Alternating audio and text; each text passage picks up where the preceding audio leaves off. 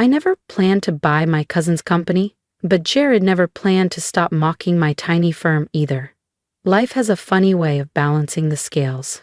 The annual Preston Family Holiday Gala was in full swing at my aunt's estate in Charleston. Jewel-toned cocktails in hand, crystal chandeliers twinkling over designer shoes, and ego-drumming conversations. I stood quietly near the dessert table, sipping club soda from a vintage coupe glass, watching Jared hold court by the grand piano. The acquisition's almost finalized, he boasted to a rapt audience of relatives. Once Stratus Corp merges with Altair Digital, I'll be overseeing the entire Southeast Division. He adjusted his cufflinks like he was in a cologne ad. Jared had always known how to perform. Our family lapped it up, especially my aunt, who beamed at him the way she used to when he won debate championships or interned on Capitol Hill. "What about you, Celine?" Uncle Mark asked, his tone laced with artificial sweetness. "Still running that little, what is it again, strategy service?" I gave a polite nod, already picturing the legal team waiting for my signature the next morning. "Yes, still running my firm." Jared chuckled without looking at me. "Still operating that tiny outfit, huh? How many people is it now? 4, 5, 8, I said flatly, but didn't elaborate. Let him think Peregrine Strategies was just a boutique consulting agency doing marketing plans for mom-and-pop shops. Let him think I was still the quiet cousin who quit corporate life in her late 20s with nothing but a laptop and a rented co-working desk. "You know, Celine," Jared said, swirling his drink like a Bond villain, "I could speak to our VP at Altair. Get you an actual role, something steady. You're what, 35 now? Stability's important." My mother gave a small, tight smile. "That's very kind, Jared." I clenched my glass a little tighter, recalling the acquisition contract sitting in my inbox at home, where Peregrine Strategies was preparing to finalize its majority stake in Altair Digital by the end of the week. "I appreciate it," I said evenly, "but I'm doing just fine." Jared shrugged and turned back to his audience. Anyway, everyone, guess who's showing up tonight?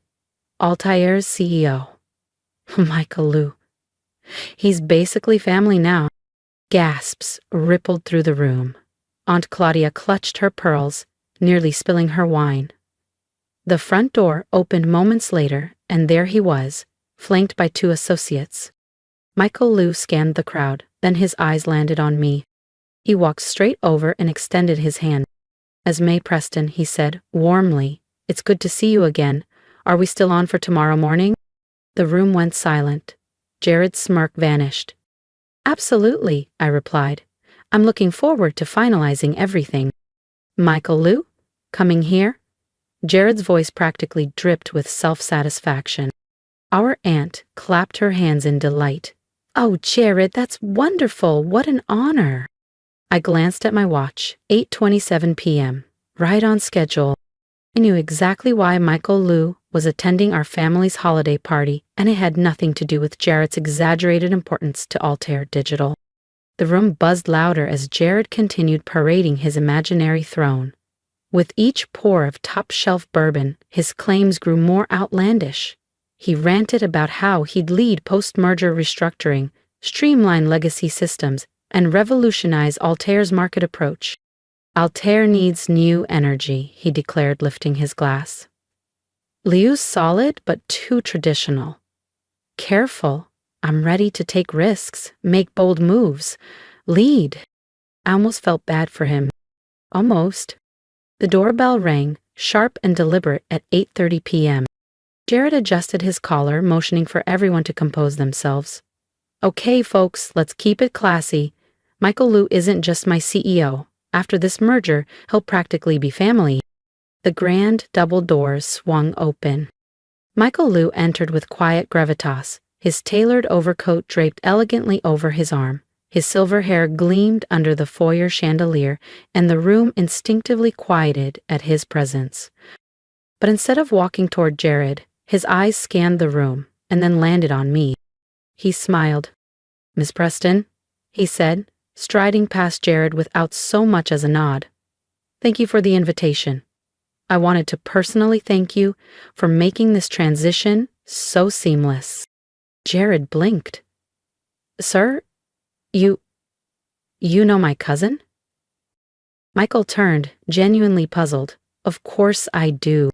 He glanced between us, then addressed the room. Celine Preston is the reason I'm here tonight. She's the one who acquired Altair Digital. Silence crashed over the room like a wave.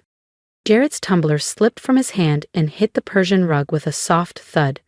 My aunt gasped and steadied herself against the buffet table.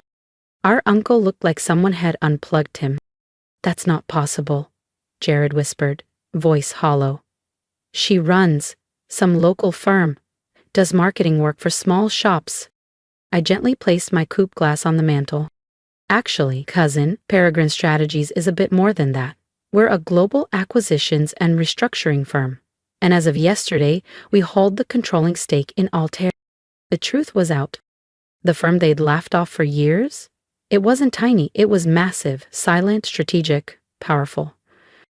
While they hosted galas and traded war stories, I built an empire, one that now included Jared's entire division.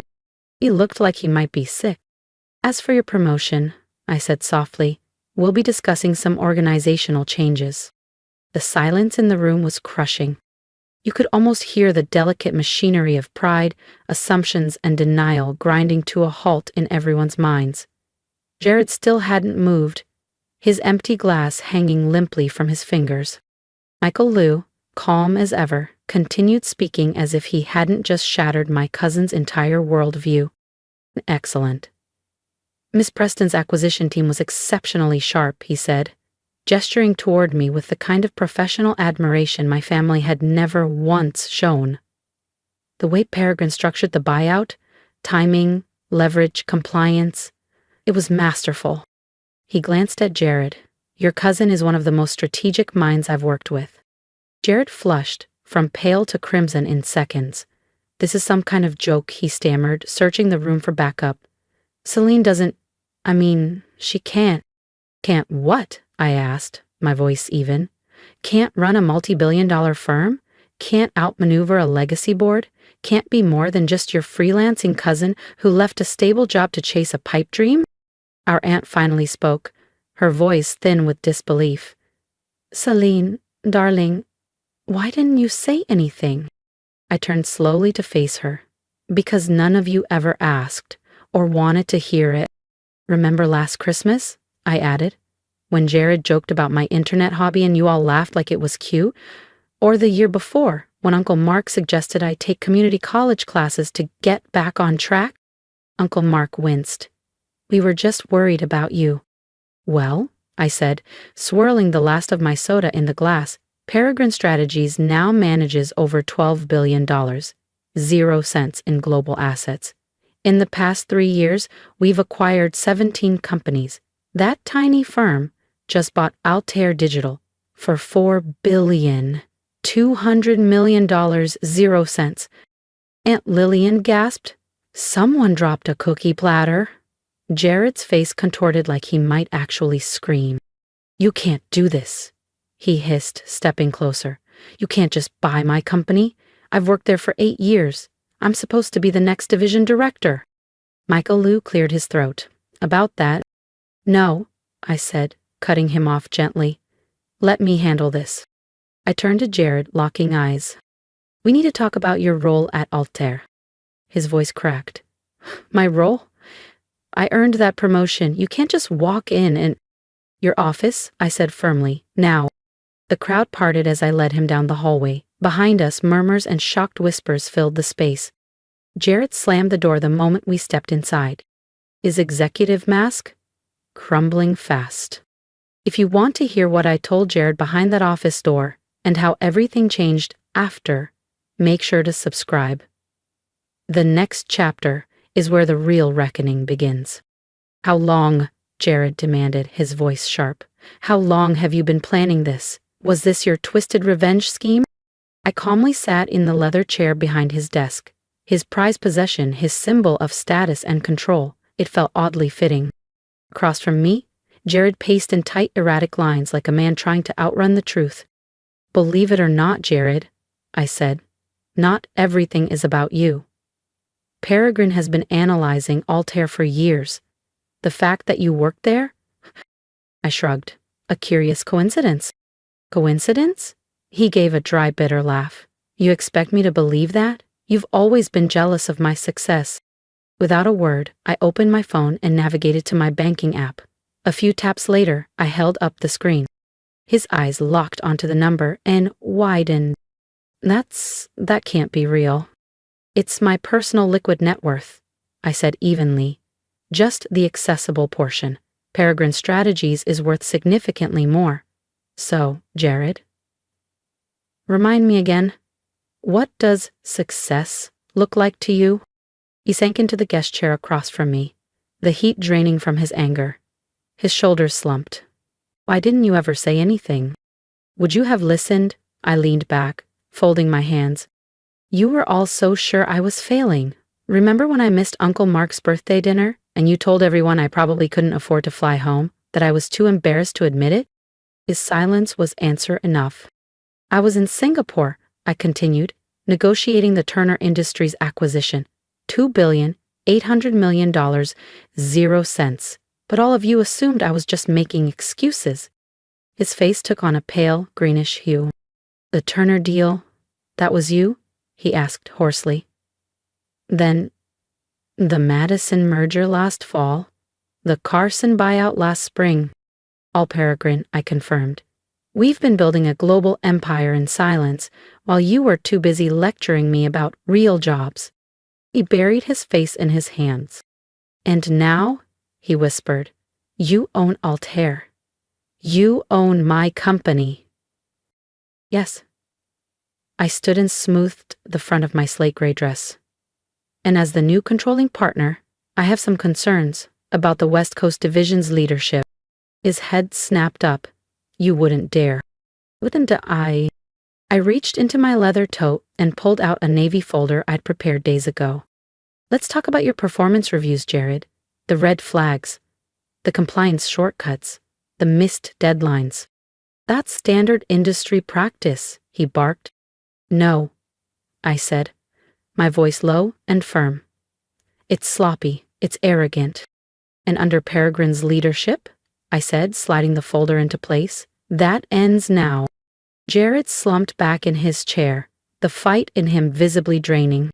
So that's it, he muttered. You're firing me? Your own cousin? Not firing, I said calmly. I'm offering you a choice. I opened the folder and turned it toward him. You can take a lateral transfer to our Minneapolis branch. Same pay, no promotion, fresh start. Or you can resign and we'll provide a 3-month severance package. His mouth fell open. Minneapolis? But my life is here? My network, my condo, Your inflated sense of importance? I offered. Your golf club access, your nameplate on the parking spot? Yes, you'd lose all of that. I locked eyes with him. But you'd keep your job, your choice. Jared stared at the paper in front of him, his fingers trembling slightly. This is cruel, Selene, he whispered. Using your power like this, it's cruel. Cruel? I repeated, standing slowly. Like mocking my business at every family dinner was cruel? Like calling me a failure behind my back was cruel? Like suggesting I take a job as your assistant was cruel? Through the heavy door, I could still hear the party voices buzzing, music playing, the clink of glasses. No doubt they were still spinning the story, trying to rewrite history, pretending they'd always seen my potential. You have until New Year's to decide, I said as I walked toward the door. Oh, and Jared? I glanced back. That corner office you love so much? I'm turning it into a wellness lounge. His face twisted, but I didn't wait for a reply. When I returned to the party, my parents were huddled near the fireplace with Aunt Lillian and Uncle Russ. Their conversation died the moment I stepped into view. My mother moved forward, her arms stretched for a hug. Selene, sweetheart, we had no idea. All this time, and you've been so successful. Why didn't you tell us? I paused, stepping back slightly from her embrace. Would it have made a difference, Mom, if it wasn't flashy or public? Of course it would have, she said too quickly. We're your family. No, I said gently. You're people who share my last name. Family supports without needing proof. Family listens even when the story isn't impressive. My father cleared his throat. Celine, we may have misjudged some things, but we always wanted what was best for you. Did you? I asked. Or did you want what looked best to your tennis club circle? Michael Leyu approached just then, saving them from having to reply. Miss Preston, he said with a polite smile, I'll be heading out. We've got an early session tomorrow to go over integration. Of course, I said, returning the smile. My team will have the paperwork on your desk by 9. As he left, I heard my mother whisper to Aunt Lillian, Did you hear that? She has a team. And I nearly laughed out loud. Now they were proud. Now they were curious.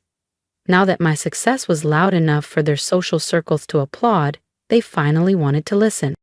Jared emerged from the hallway a few minutes later, dazed and unsteady, heading straight for the bar. He poured himself 2 fingers of bourbon with a trembling hand. The moment his glass hit the counter, a swarm of cousins and uncles surrounded him, asking questions he couldn't answer. For once he stayed silent. I gathered my clutch and coat. This wasn't how I had intended to reveal the truth. Not at a family gala. Not so publicly. But maybe that made it better. It was clean, final, impossible to dismiss. Leaving already? My father asked as I reached for the front door. But we've barely spoken. You must tell us more about your firm, your acquisitions, your team. I glanced at my watch. I've got a 6 a.m. flight to London, board meeting with a potential new acquisition. But it's Christmas, my mother cried. Yes, I said with a soft smile. And for the first time, you all truly understand why I won't be here. No more assumptions that I skipped family events out of shame. No more whisper campaigns suggesting I was broke, alone, or embarrassed. I'm leaving because I'm successful. Because I've built something extraordinary. And while you were too busy doubting me, I was too busy becoming someone who didn't need your belief. I paused at the door and turned one last time. Oh, and Jared, remember when you offered to put in a word for me at Alter? I let the moment hang. Don't worry about it. I think I'll manage. A look on his face nearly made up for a decade of condescension. Almost. As I drove down the long, oak-lined driveway, my phone buzzed with messages from relatives I hadn't heard from in years. Congratulations, let's catch up. We always knew you were going places. I deleted every one of them. They say success is the best revenge, but they're wrong. The real victory isn't buying the company your cousin swore he'd run. It isn't outmaneuvering your entire family at their own game. The real victory is never needing their approval to begin with. 3 months later, Jared quietly accepted the Minneapolis position. My parents now introduce me as their visionary entrepreneur daughter, skipping the part where they once suggested I get an admin certification. As for me, I had just finalized another acquisition, a modest tech firm based in Savannah, Preston Dynamics, my father's retirement project, his pride and joy, the legacy he always dreamed Jared would lead. I had my assistant send over the ownership transfer letter. Sometimes silence says it best, especially when it comes with a header that reads, "From the desk of your tiny firm owner." If my story resonated with you, I'd love to hear from you. Leave a comment. Tell me if you've ever been underestimated, overlooked, or told your dreams were too small. What did you do about it? Your support means everything. I built something in silence, but now I'm speaking up, not just for me, but for everyone who's been dismissed. Share your advice, your experiences, or a message you wish someone had told you when you started. And if you believe in quiet strength and long game victories, hit subscribe. Let's keep proving that success doesn't need permission.